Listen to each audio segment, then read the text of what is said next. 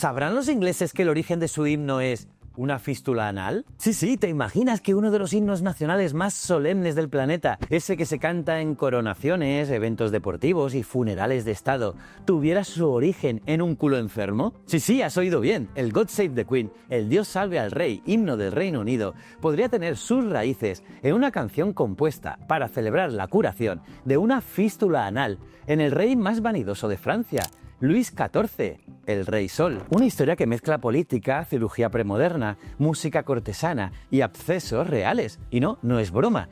Y de eso vamos a hablar hoy. Soy JJ Priego. Esto es Historias de la Historia. Y aquí se cuenta la historia de otra forma. ¿Quieres saber más? Acompáñame.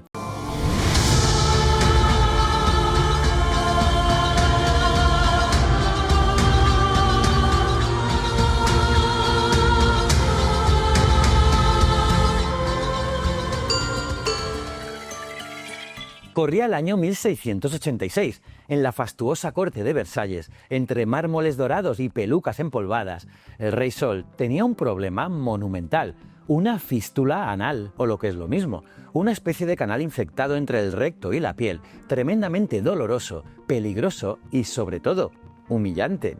Humillante para un monarca que se creía la encarnación de Dios en la tierra. Imagínate a Luis XIV, símbolo de poder absoluto, sin poder sentarse en su trono por culpa de una llaga en el trasero. El equilibrio político de Francia, literalmente, pendía de un orificio inflamado. Y claro, la corte estaba revolucionada. Si el rey enfermaba, Francia temblaba. El prestigio del absolutismo estaba en juego. Así que se recurrió al mejor cirujano del reino, Charles-François Félix de Tassy. Durante meses practicó la intervención en prisioneros antes de atreverse con el culo real. Sí, tal cual. Pero como la fístula era complicada, el doctor Félix diseñó un bisturí curvo especial que hoy en día puede verse en el Museo de Historia de la Medicina de París. Una herramienta quirúrgica exclusiva, creada solo para un trasero.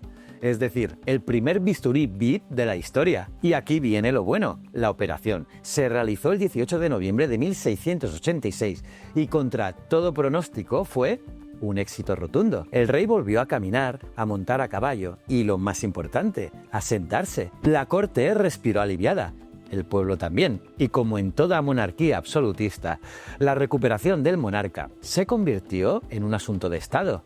Se celebraron misas, se encargaron cuadros y se escribió una canción. Una canción titulada Grand Dieu sauve le roi, en español, Gran Dios salve al rey, con letras de Madame de Brinon y música que pudo haber sido compuesta por Jean-Baptiste Lully o Michel Richard de Lalande, dos de los compositores más famosos de la corte. Y la pieza fue interpretada por el coro del convento de Saint-Cergue, un internado fundado por Madame de Maintenon, esposa morganática del rey, para educar a niñas nobles sin recursos. Una especie de fábrica de élites femeninas, perfecta para difundir propaganda real. Y funcionó. La canción Grand Dieu sauve le roi se convirtió en un éxito inmediato. Sí, todo un éxito dentro del universo cortesano. El estribillo era pegadizo, solemne, y tenía ese tono majestuoso que tanto gusta en las ceremonias de Estado. Escúchalo bien.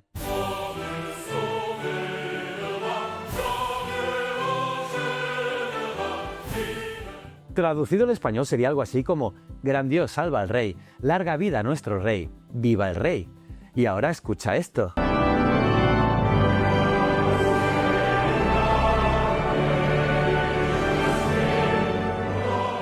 Traducido también al castellano: Dios salve a nuestro bondadoso rey, larga vida a nuestro noble rey, Dios salve al rey. ¿Ves la estructura? Son prácticamente idénticas.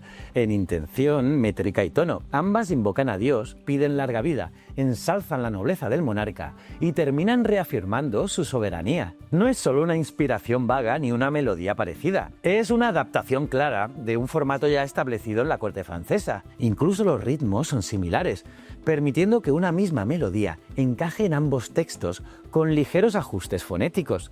Así que sí, suena casi igual, porque es prácticamente la misma canción, solo que cambiando de idioma, de bandera y de trasero real homenajeado.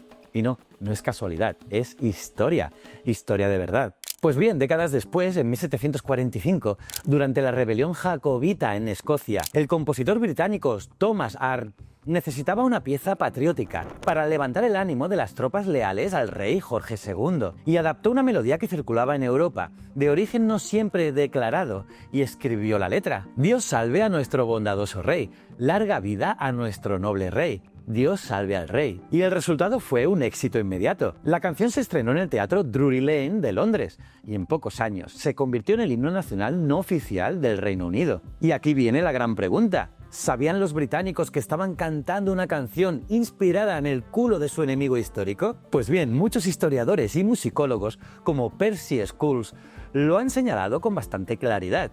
Y otros, como Peter Berg, apuntan a que en el siglo XVIII era como una transferencia de símbolos culturales entre potencias europeas. Pero claro, una cosa es intercambiar ideas y otra muy distinta, cantar con solemnidad una melodía nacida del orificio anal del Rey Sol. Imagina que mañana otro país adopta la melodía de, no sé, de Paquito el Chocolatero como himno nacional con letra seria. Y tú sabes que se compuso para celebrar la recuperación de un señor mayor tras una operación de próstata. ¿Qué pensaríais? Pues algo así debieron sentir los franceses cuando los ingleses reciclaron su melodía real.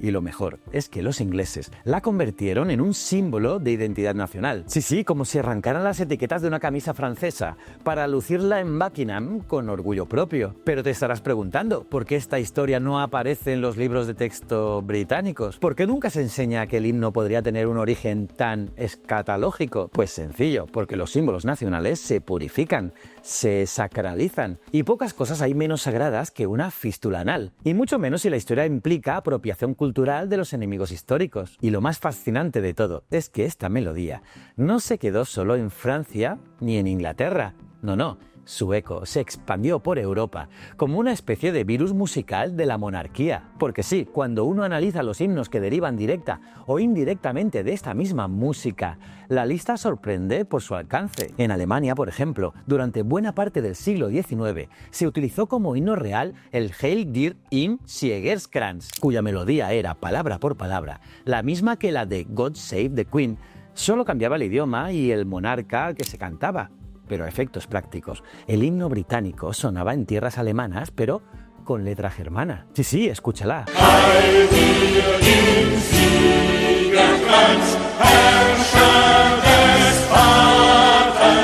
Y ojo que en Rusia también hubo una época en la que se empleó una versión muy similar. En tiempos del zarismo, antes de la llegada de los himnos épicos soviéticos, se usó una adaptación solemne con la misma base musical, como si hasta los zares quisieran sumarse al coro iniciado en Versalles por una fístula anal. Sí, escúchala.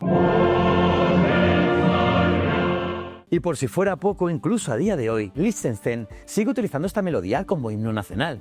Sí, lo llaman Oben am Jungen Rhein, pero cualquiera con buen oído puede tararearla sin necesidad de ver la partitura, porque es la misma música. Compruébalo tú mismo.